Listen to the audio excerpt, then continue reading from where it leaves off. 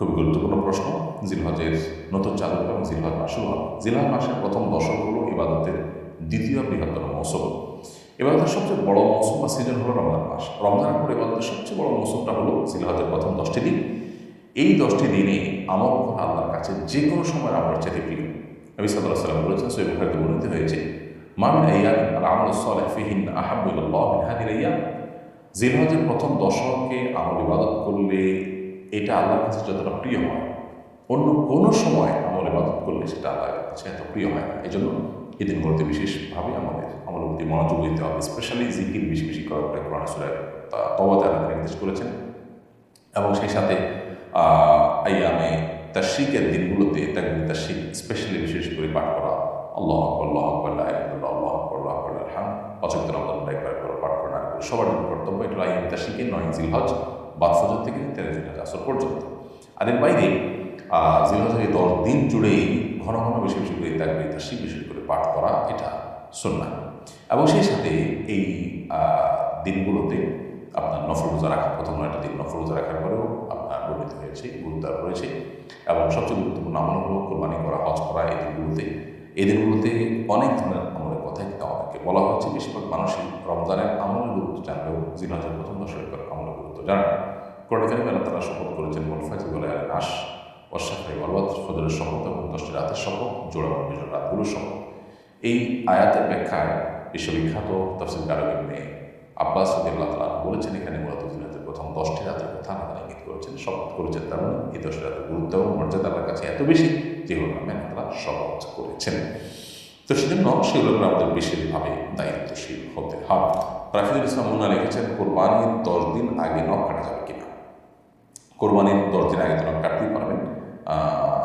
কোরবানির আপনার চাঁদ দেখা যাওয়ার আগে চুল, নখ ইত্যাদি কেটে কোরবানির পর্যন্ত সেটা আর না কেটে থাকা, এটা হলো নির্দেশ। অতএব 10 দিন আগে, তার মানে পয়লা জিলহজ শুরু হওয়ার আগে আমরা চুল কেটে শেষ করবো, সেটা ঠিক আছে। কোরবানি না করে কোরবানির টাকা গরিবকে দান করার জন্য অনেকে উদ্বুদ্ধ করে। প্রত্যেক ঈদুল আজহার আগে একটা শ্রেণীর মানুষ নিয়ে সামাজিক যোগাযোগ মাধ্যমে লেখালেখি শুরু করে। এ ধরনের চিন্তা লালন করার শুরু দৃষ্টিকোণ থেকে কেমন কাজ? কোরবানি না করে কোরবানির টাকা দান করার কথা যারা বলেন, তাদের কাছে আমাদের প্রশ্ন যে তারা যখন হোটেলে বসে অনেক টাকা, রেস্টুরেন্টে বসে অনেক টাকা খরচ করে তারা খাবার গ্রহণ করেন, আড্ডা মারেন, পার্টি করেন, দামি দামি বার্গার খান, অন্যান্য খাবার খান, তারা কি তখন এটা মনে করেন না যে বার্গারের টাকাটা তো আমি অন্য কাজে খরচ করতে পারি, আমি চাইলে তো এই জায়গাটাতে আমি হালকা পাতলা কিছু খেয়েও চলতে পারি, মানে দামি কোনো কিছু খাওয়া জরুরি না, এত দামি রেস্টুরেন্টে আসে একটু কম দামি রেস্টুরেন্টে গেলাম আর এই টাকাটা, অতিরিক্ত টাকাটা আমি দাম করে দিলাম, এটা তারা করতে পারেন না। দেখুন, এই মানুষগুলো মানবতার ভেগধারী। আমরা বারবার বলে থাকি মানবতা এবং মানবাধিকার এটা এমন একটা মুখরোচক বিষয় যে এটার আড়ালে পশুত্বকে হার মানানো, অমানবিক আচরণ আমাদের চোখে পড়ে না। সেগুলোকে ঢাকবার জন্য মূলত এই সমস্ত মুখরোচক স্লোগানগুলো দিয়ে থাকে এক শ্রেণীর মানুষ। সেটা দেশে, দেশের বাইরে সব জায়গায় আছে। যে ইসলাম আমাদেরকে কোরবানি করতে বলেছে, সেই ইসলাম আমাদেরকে আল্লাহর সন্তুষ্টির জন্য গরিব দুঃখীর মুখে আহাত তুলে দেওয়া, সম্পদের যাকাত দেওয়া, রমজানে ফিতরা দেওয়া, খাদ্যদান কর্মসূচিতে অংশগ্রহণ করা, নানাবিধ ভালো কাজ করার জন্য উদ্যোগ করেছে। অতএব যে কোরবানি করে সে ওগুলো ভালো কাজ করে, আর যে কোনোটাই আসলে করে না সে কথা বলে বেশিরভাগ ক্ষেত্রেই এবং প্রশ্ন করে। দেখুন, কোরবানি এমন একটা ইবাদত যেটা না হলে গরিব ক্ষতিগ্রস্ত হয়। আমরা জানি যে গত কয়েক বছর ধরে আমাদের দেশে কোরবানির হার অনেক বেশি বেড়েছে। 2022 সালে কোরবানি হয়েছে প্রায় 90,000 বেশি গরু। 2023 সালে কোটির ঘরে পৌঁছেছে, 24 সালে কোটি, 1 কোটি কয়েক হাজারে পৌঁছেছে, কয়েক হাজারে পৌঁছেছে। আর গত বছর 1 কোটি কয়েক লাখে পৌঁছেছে। এবং প্রতি বছরই প্রায় 1 কোটি গরুর মতো আমাদের দেশে অলমোস্ট কোরবানি হয়ে থাকে।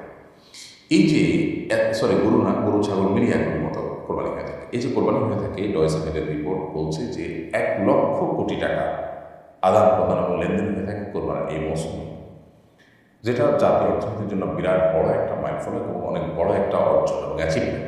এবং এর সাথে কৃষকদের, গ্রামের গরিব অসহায় মানুষদের, অনেক বিধবাদের স্বার্থ জড়িয়ে আছে। আমরা অন্যান্য বছর দেশের বাহির থেকে ইন্ডিয়া থেকে গরু আমদানি করে তারপর কোরবানির যে চাহিদা সেটা মেটাতে হতো। আলহামদুলিল্লাহ গত বহু বছর যখন আমাদের দেশের গরু দিয়ে যথেষ্ট হচ্ছে, দেশের পশু দিয়ে যথেষ্ট হচ্ছে কোরবানির কাজ করা। 1 লক্ষ পশু মাত্র একদিনে জবাই করতে হবে, তার জন্য হাজারো খামারি কৃষক চাষি তারা কিন্তু গরু ছাগল এগুলো লালন পালন করে, বড় করে, এরপরে সেগুলো বিক্রি করে তারা মুনাফা অর্জন করে। অর্থাৎ এই কোরবানিটা অনেক গরিবের স্বার্থকে রক্ষা করে। এরপর আসুন আমিষের যে প্রয়োজন সেটি অনেক গরিব অসহায় মানুষেরা সারা বছর মেটাতে পারে না। কোরবানি তাদের আমিষের ঘাটতি পূরণের বা আমিষের প্রয়োজন পূরণের অন্যতম সূত্র বা অন্যতম মাধ্যম।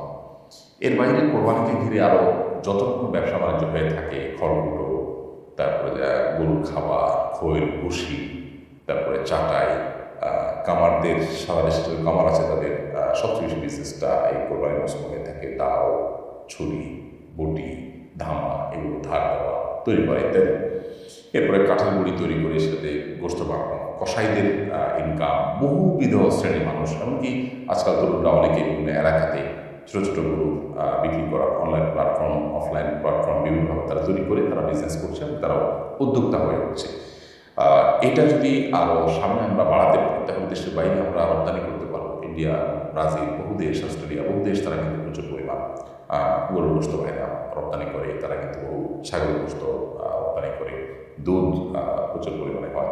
আমরা কোরবানি যে আপনার যেভাবে অগ্রসর হচ্ছে 2022, 23, 24, 3 বছরের হিসাব থেকে আমরা বেশ করে দেখি যে 90,000 বা 90,000 প্লাস, সেখান থেকে 1 কোটি, 1 কোটি কয়েক হাজার, 1 কোটি কয়েক লাখ যেভাবে বাড়তে যাচ্ছে কোরবানির পরিমাণ এবং পুরো চাহিদাটা দেশে আপনার পূরণ করার ব্যবস্থা হচ্ছে, এরকম উৎপাদন হচ্ছে, তাতে ইনশাআল্লাহ এই কোরবানি জাতীয় অর্থনীতিতে অনেক বড় ধরনের ভূমিকা ইতিমধ্যে যেটি রাখছে সেটা আরও বড় আকার ধারণ করবে ইনশাআল্লাহ। আর যারা ইসলাম এবং মুসলমানদের ব্যাপারে যাদের অ্যালার্জি আছে তারা অনবরত সমালোচনা করেই যাবে, যারা জাতীয় অর্থনীতিতে কোনো অবদান হয়তো রাখার সুযোগই পায়নি। কোরবানি আমাদের সমাজে অনেক সময় সামাজিক মর্যাদার প্রতিযোগিতায় পরিণত হয়। কোরবানির এই বিচ্যুতি কীভাবে রোধ করা যায়, এটার জন্য ব্যাপকভাবে কোরবানির যে আসল মহিমা, কোরবানির আসল যে উদ্দেশ্য সেটা নিয়ে আলোচনা বাড়াতে হবে, এটার চর্চা বাড়াতে হবে। কোরবানি যে আসলে ত্যাগের কথা বলে, কোরবানি যে আসলে স্যাক্রিফাইসের কথা বলে, এখানে যে আল্লাহর উদ্দেশ্যে নিবেদনের কথা বলে সেটা আলোচনা করতে হবে। আল্লাহ বলেছেন কোরবানির সম্পর্কে ইন্নামা ইয়াতাকাব্বালুল্লাহু মিনাল মুত্তাকিন, আল্লাহ মুত্তাকিদের কোরবানি গ্রহণ করবেন, তাদের কোরবানি আল্লাহ রাব্বুল আলামিন অ্যাকসেপ্ট করবেন। সো কোরবানি যদি আল্লাহর জন্য না হয়, মুত্তাকি হিসেবে কোরবানি যদি করা না যায় তাহলে সেটা আল্লাহর কাছে গ্রহণযোগ্য হবে না। এবং এই বিচ্যুতি রোধ করার জন্য ব্যাপকভাবে আমাদের আলোচনা, পর্যালোচনা এটা সমাজে বাড়াতে হবে। এবং এ ধরনের কোরবানিকে নিয়ে আমরা দেখি যে পজিটিভ অনেক নিউজ করা হয় যে বড় বড় কোরবানি করেছে, এতগুলো বড় গরু কোরবানি করেছে, পলিটিক্যাল লিডাররা, তারপরে বিভিন্ন ব্যবসায়ীরা সামাজিক মর্যাদা বৃদ্ধি করবার জন্য তারা একটা প্রতিযোগিতা হিসেবে করে থাকেন।